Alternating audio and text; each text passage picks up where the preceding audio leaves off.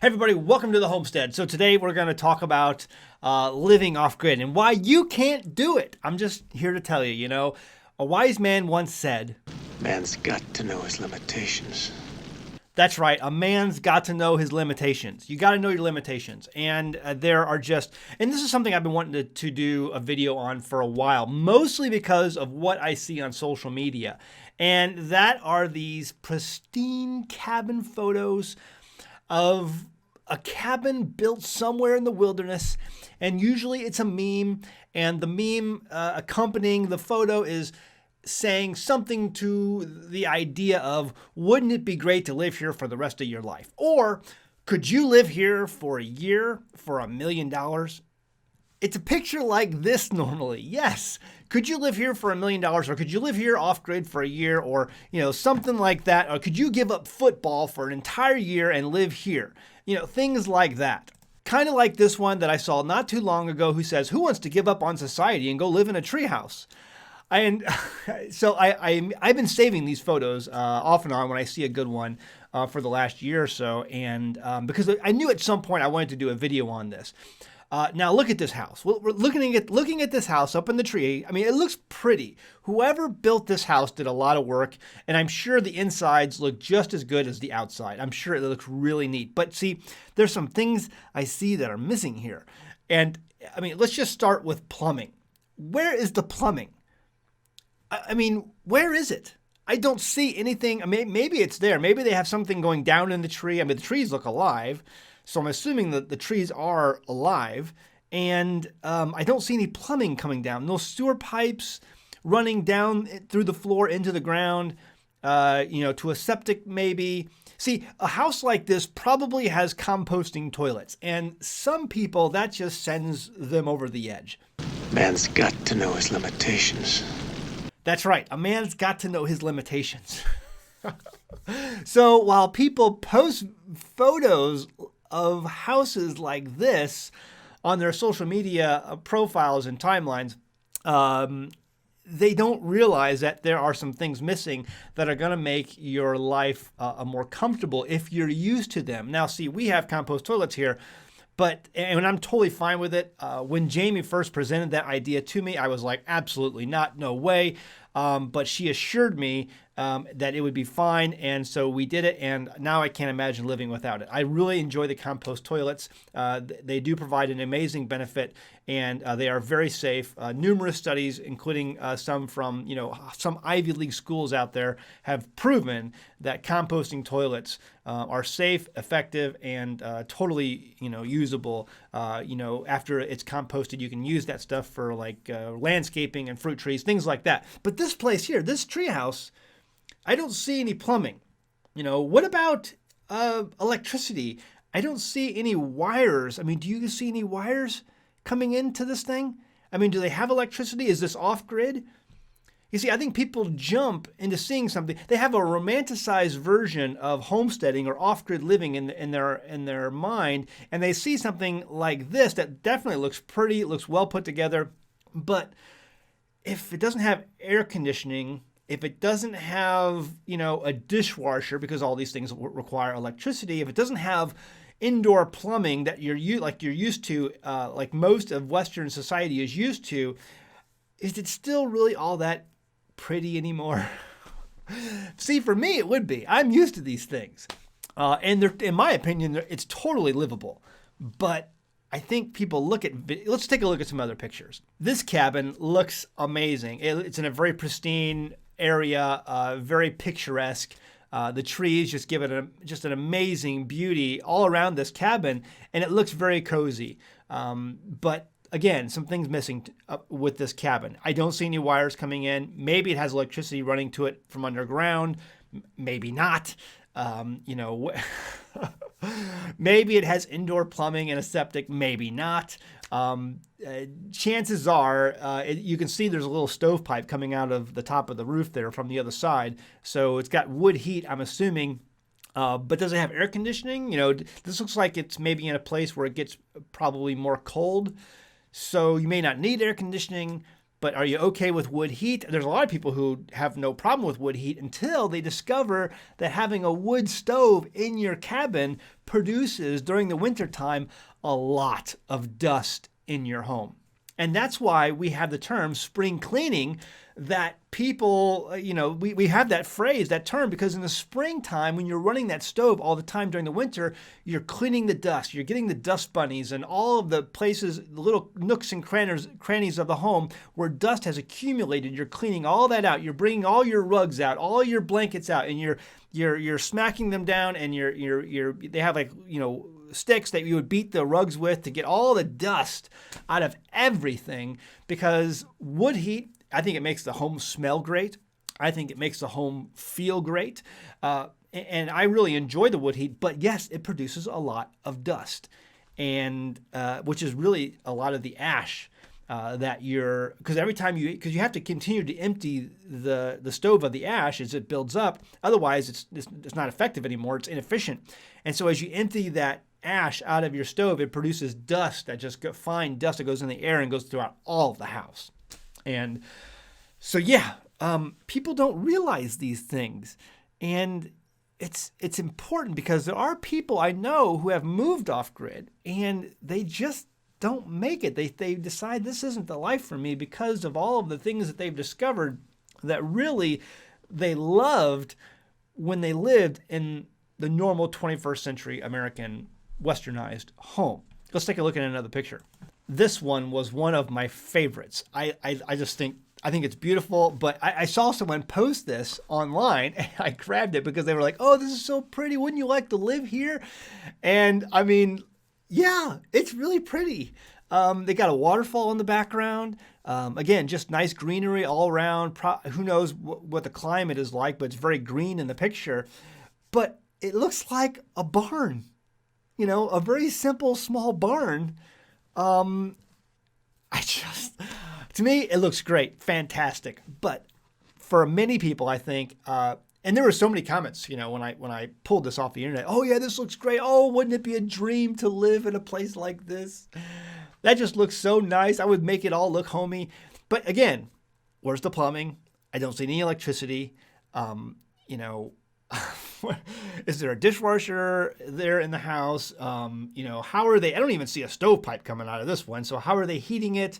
Mowing. This is like, they have a big yard. I mean, is this a giant mowing headache for you? Are you going to be okay with that extra mowing? A lot of people like living in their apartments or condominiums where they don't have but maybe a patch of grass to mow. If the homeowners association doesn't take care of it for them. Also a place like this, something else too important with these pictures is that how far do you have to drive to go to Walmart? If you're going to get groceries, and Zach, I could just live off the land. Okay, that's fantastic. And so you realize that the old pioneers, they didn't even live off the land. They went to town a couple of times a year at least to trade for sugar or to buy sugar or flour or, salt and things that, even the basic things that they needed. And today, some of you guys can't go, 2 weeks without a bag of Doritos. So I just think that, are you capable of living in a place where you cannot go to your favorite Walmart or Trader Joe's or whatever for so long and get your favorite comfort foods that, keep you, feeling good about yourself and life in general? So, again, great picture, fantastic picture. It looks fabulous, but could you really live here? Could you really do that? I mean, again, I've seen the comments online. "Oh, it just looks so amazing." Yeah, until you consider what life entails by living out of that cabin. Again, fine for some people, but some people, you might want to rethink that before you jump. Let's take a look at another picture. James Blake, you're a friend of mine on Facebook, and I saw this on here, and I was just like, it looks fantastic. I mean, I need some yard work for sure. Maybe the garden's a little overgrown. Maybe this is the end of the year. I'm not sure, But, neat little cabin. Live here for the rest of your life. Can you do it? ? And James says, "Where the heck do I sign up?"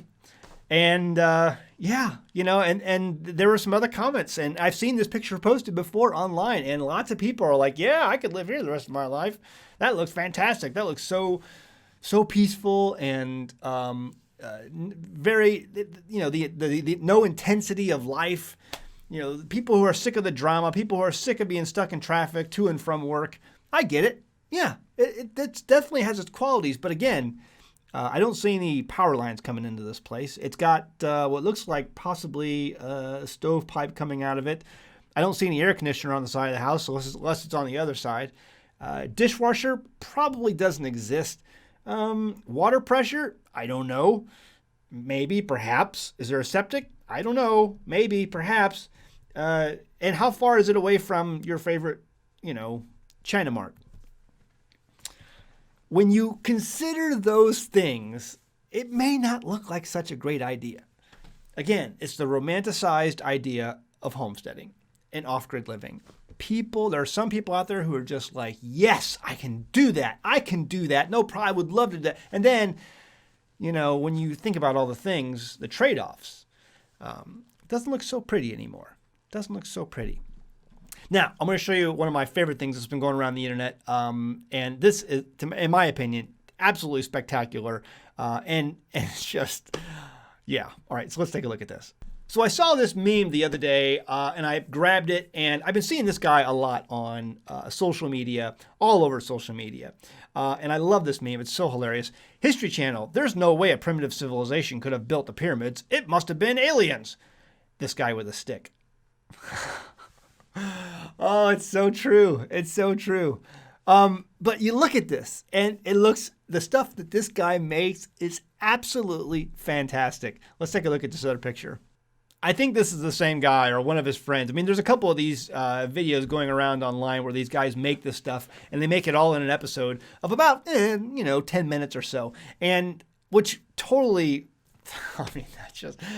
we are a generation, if you're like me, who grew up in the life of the 30-minute sitcom where a problem is presented, and then within 30 minutes or less, the problem is solved.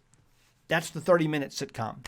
And we have now been conditioned to believe that all of life should be that way, that when a problem is presented, we should be able to easily and quickly solve it within 30 minutes, an hour and a half tops, at least within a 2-part episode, right? So, but that's not reality. That's not life. There's no way this guy built this thing, in 10 minutes like it is on his videos. And you know that. Hopefully you know that. And I know that when you look at reality. But it definitely, he makes this stuff look so easy when they build these things. And then you got to remember, again, he's in the jungle. Jungles have snakes. Jungles have bugs. They have insects. They have wild animals. Some of them can kill you. Are you okay living in a place like that? Because to most people who look at this photo, they're like, oh, I could totally live there. Really? I mean, really? I don't know. I don't know if you could really live there or not. When you consider, again, bathroom, dishwasher, some of the things that you enjoy so much in your daily life, I'm not so sure. Let's take a look at another photo. This one here looks fantastic, looks amazing. And is this the one where I believe they fill it with water? I think they fill it with water, to where it goes up to like the third or second step or whatever. And it's got these fire pots here, and it just looks so good and so inviting and just amazing. And until you realize it's also, again, in a jungle, and there's bugs and things that can kill you and eat you, and there's no dishwasher, no laundry machine, no washer and dryer, no, no air conditioning. There's a reason why these guys are naked, almost, because it's hot. It's hot. And some of you guys, when the power goes out, you're like calling 911 after a day and a half because you're about ready to die from the heat. I grew up, my dad was an HVAC guy, and so that's what he did for a living. And so when people's AC went out, it was a national emergency to get it back on. Here's another one. Again, looks amazing. A lot of hard work went into that. Looks beautiful. but could you live here? Could you really live here? So that's all I'm saying. That's all I'm saying with this is that, there's a romanticized idea about homesteading, off-grid living that's out there. And I see these photos posted all of the time. And I think that people forget that they really are addicted to a lot of the modern conveniences that we have in life. And while we do have some of these things here, there's not a video that I post when it comes to cutting down a tree. We've posted these videos before. I've posted videos, me cutting down a tree, and someone comments, "Well, Zach, you're kind of cheating there, aren't you, with a chainsaw?" Maybe. I mean, I'm not trying to live like Paul Bunyan. I'm not trying to live like Daniel Boone. I enjoy some of the modern conveniences of life. Yes, I like the chainsaw. If Daniel Boone had a chainsaw, I guarantee you he would have used it. So why can't I use it? I do have some of the modern conveniences here. I don't like some others, and some of the others I'm okay with living without. It's okay. There's certain things in life, priorities that you might have. I consider this a priority. I don't consider that a priority. And so then you have to decide, if you're going to live in a lifestyle like this, or if you're going to romanticize about it, what are you willing to give up? What are you willing to do without? And have that serious conversation. Because there's a lot of people I get who email me and say, "Zach, our family's really considering about moving off grid somewhere and living like you do." Okay, I think that's fantastic. I really do. And I am encouraging you to look into that if that's what you and your husband, you and your spouse both want. Because you really both have to be on the board and on the same team with this. If not, disasters could happen. And I always bring up that Frontier House that PBS had. You can probably watch it for free online on Netflix or something, but it's called Frontier House, I think, on PBS. And like all the three married couples on that, I mean, there was one that was a newlywed, they didn't. But I think the other 2 or 3 married couples that were on that show, they all got divorced after the show because it was stressful, And my family here, we had really done the 2 or 3 years of hard work of putting in the sweat equity to build up what we had. And, for the first couple of years, you're in survival mode to try to get everything, the infrastructure in place. And, we were just beginning. We had just now started over the last couple of years to enjoy everything we had built and maintain it and enjoy the fruits of our labors, so to speak. But understand that if you're going to attempt this lifestyle, you need to know your limitations. A man's got to know his limitations. So, and that's important. That's important. It's all I'm saying. And so I see these things posted all the time on social media, and I have to do a video on this. I have to do a video on this because, let's see, there's one thing I think this whole coronavirus thing has taught a lot of people is that some of us can't live 3 weeks in our homes with our families without going nuts. And we just need to get out of the house sometimes, and living somewhere remote with our families for a year even, I think would be difficult for some of us. So not all of us, but some of us. All right. Could you live in one of these places? Be honest with me. Could you live in one of these places? Leave a comment below. I want to hear about it. And before you leave, make sure you hit that like button. We really appreciate when you hit the like button. It tells YouTube that we're not a bunch of scumbags and that we do have an audience who appreciates us. We recently passed over the 125,000 subscriber mark, which is cool. I still haven't gotten my play button. I'm wondering if we're going to get a play button. I don't know. But I'm putting on my mask every day and going to the mailbox, checking for my play button. So we'll see. But definitely hit the like button because it does let them know that we do have people who appreciate us. And guys, we have the t-shirts. If you're a homesteader and you like t-shirts, we have some linked in the description below, so check those out. And check out the ad for Zervita at the end. All right, guys. See you next time on the Homestead. Bye. Hey, guys. I'm happy to introduce an American Homestead sponsor, Zervita Zeal. Now, first off, I only accept sponsors from products that I use and believe in. My family uses Zeal mainly because we want to ensure a healthy immune system. You see, it's made up of only whole food concentrates and includes no artificial colors, flavors, or preservatives. The included sweetener is all natural from fruit and the stevia leaf. It's gluten-free, it's vegan, and it's kosher. In 2018, my youngest son was involved in a bike accident that resulted in the surgical removal of his spleen, and that's an important part of his immune system.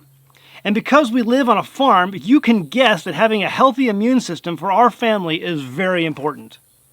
Some of the included ingredients are beetroot, chicory root, turmeric, moringa, blueberries, cranberry, goji berry, milk thistle, ginseng, alfalfa, broccoli, and so much more.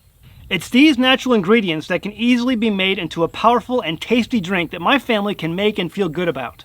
So sign up and give it a try today. Every purchase you make goes to help the homestead so that we can continue to make great homesteading videos for you.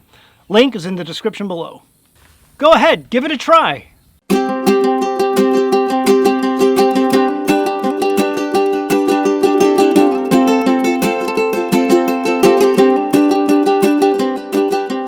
Hey guys, did you know you can become a patron of an American homestead? They get access to private videos, and we send them gifts from the homestead that we make here on the homestead. And we also enter our patrons into special giveaways that are only available to them. And before you go, please check out these other great videos. Go ahead, click. I'll wait.